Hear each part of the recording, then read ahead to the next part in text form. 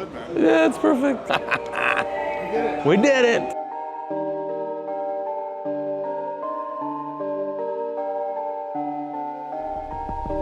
Here we go. First Ferrari on 24th coming up.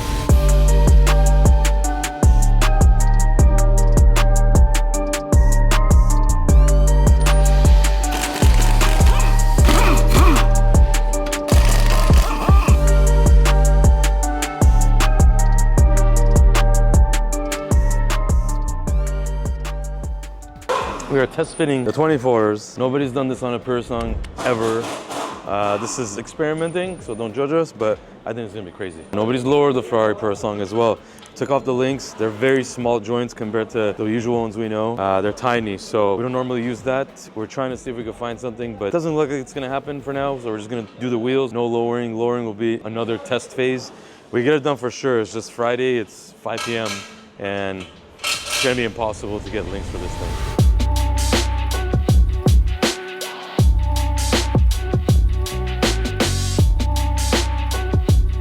Wires only over here. It was one of the first that had this Purosangue way, and last minute we called him up, said, hey, we got some wheels, you want to come down, put them on? He said, I got a haircut, but you know what, I'll come there. And now he's getting his haircut in front of the world's first Purosangue way on 24-inch wheels.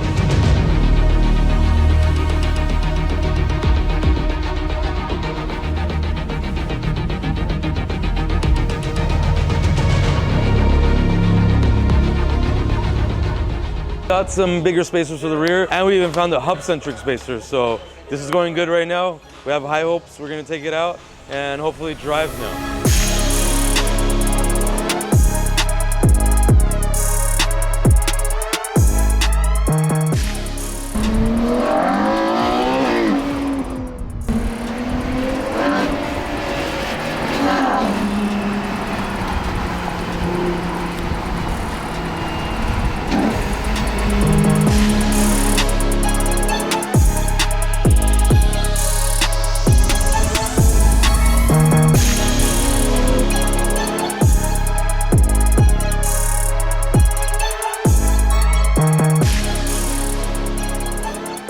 Getting a lot more seat time, but this car, it's fun to drive and all that, but I mean, it's not as fast as I thought it was gonna be.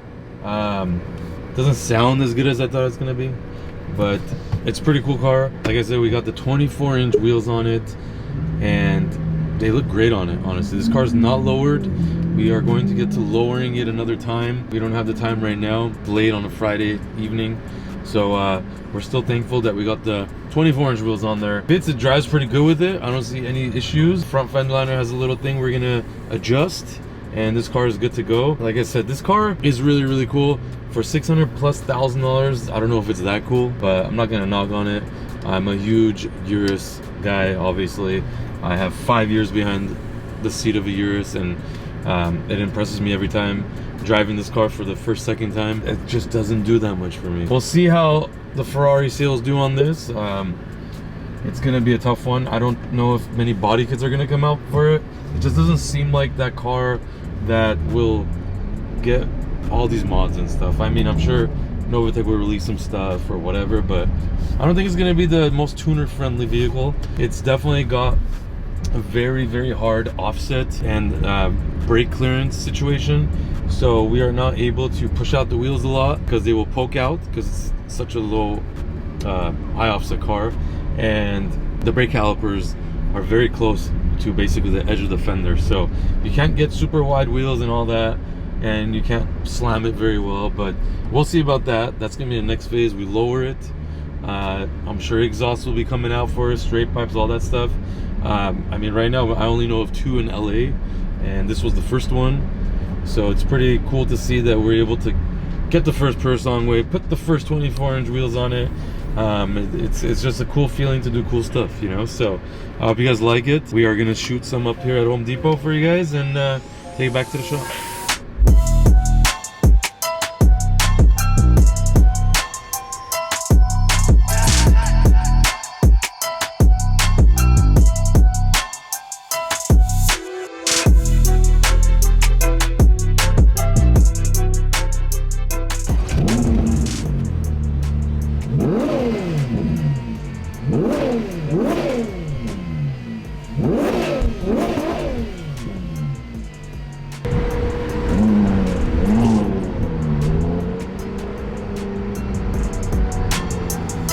Nice hot day at the shop. We got this brand new Porsche Turbo S right here. This is a coupe.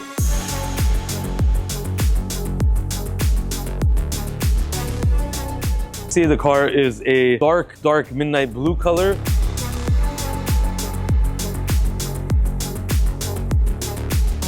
This customer wanted a specific Pantone green type of color, kind of like a pine green. So a customer came, went through all these wraps, figured out the green he likes, but the green didn't have the gloss, it was only matte. So we're gonna laminate a gloss and we're gonna be wrapping this entire vehicle with jams in a gloss pine green color. We love these Porsches. The Turbo S is a great car, and we're happy that we could take it all apart the right way and wrap it really nice. All right, we got this beautiful burnout gray Cullinan behind me.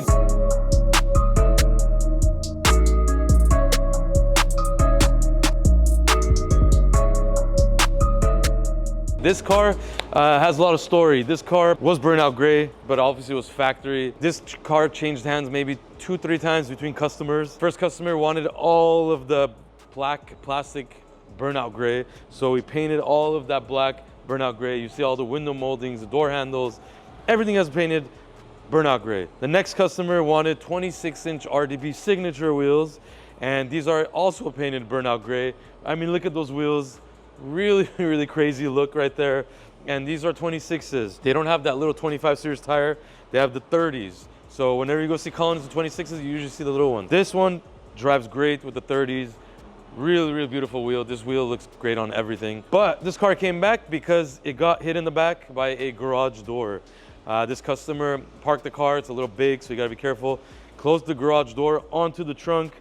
That hit the bumper as well and everything, so it damaged it. We ended up having to paint the rear bumper and some other things. So yeah, burnout gray is a tough color to paint, so you gotta definitely take somebody that has experience with these kind of paints and colors, and that's what we do here at RDB. So contact us for your wheels, for your wraps, for your body work, for your auto care stuff, for the podcast, for the YouTube, for anything.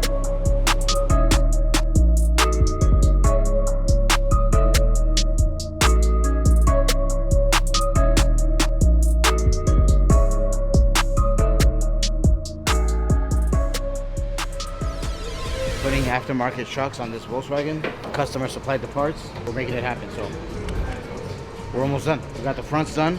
We're about to do the rears. Car will be done in a few hours.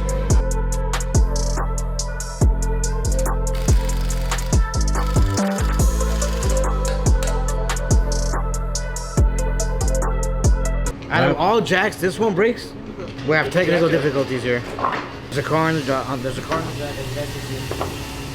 And we have to get the car down. We can't because there's a bad hose, and now we're stuck. Let's just be honest. We're not sponsored by Benpack, and it's very hot. It's probably about like 82 to 85 degrees inside the shop, and one of the hydraulic lines burst. We don't know if it's from the heat or what. This is not a heavy car. It's a GTI, so we don't know what happened, but this is a day of RDB in a car shop. You have a lot of lifts, you have a lot of moving parts, things break all the time, and you got to be prepared for it. So I've always said this, part of business is problem solving. So whether it's a car or even your equipment, every day, half of our day is problem solving. What happened? Huh? What happened?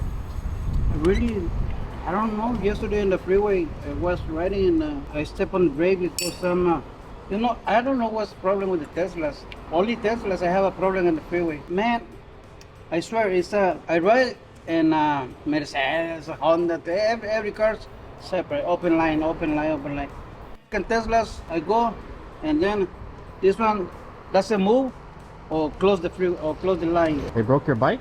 So yesterday I ride and the Tesla go this way, go to the other line, not even put the signal light. So I step on the brake, but I didn't, not even hard, and it broke it. Damn. That's what broke? Broke, yeah. Oh, that one's all broken. Yeah. Honest. This box you see in front of you, literally every single piece is carbon fiber, inside and out. Even the hinges are carbon fiber. Even the locks are carbon fiber. The world is one of one, and it's all telling the story of carbon fiber and us. This thing is basically an idea I had for 4 years, using aerospace engineers in order to build this thing, but it was assembled in my apartment. We love insane stuff, and this is carbon fiber plus insanity. So it's amazing. Video, thumbs up. See you next time. Órale.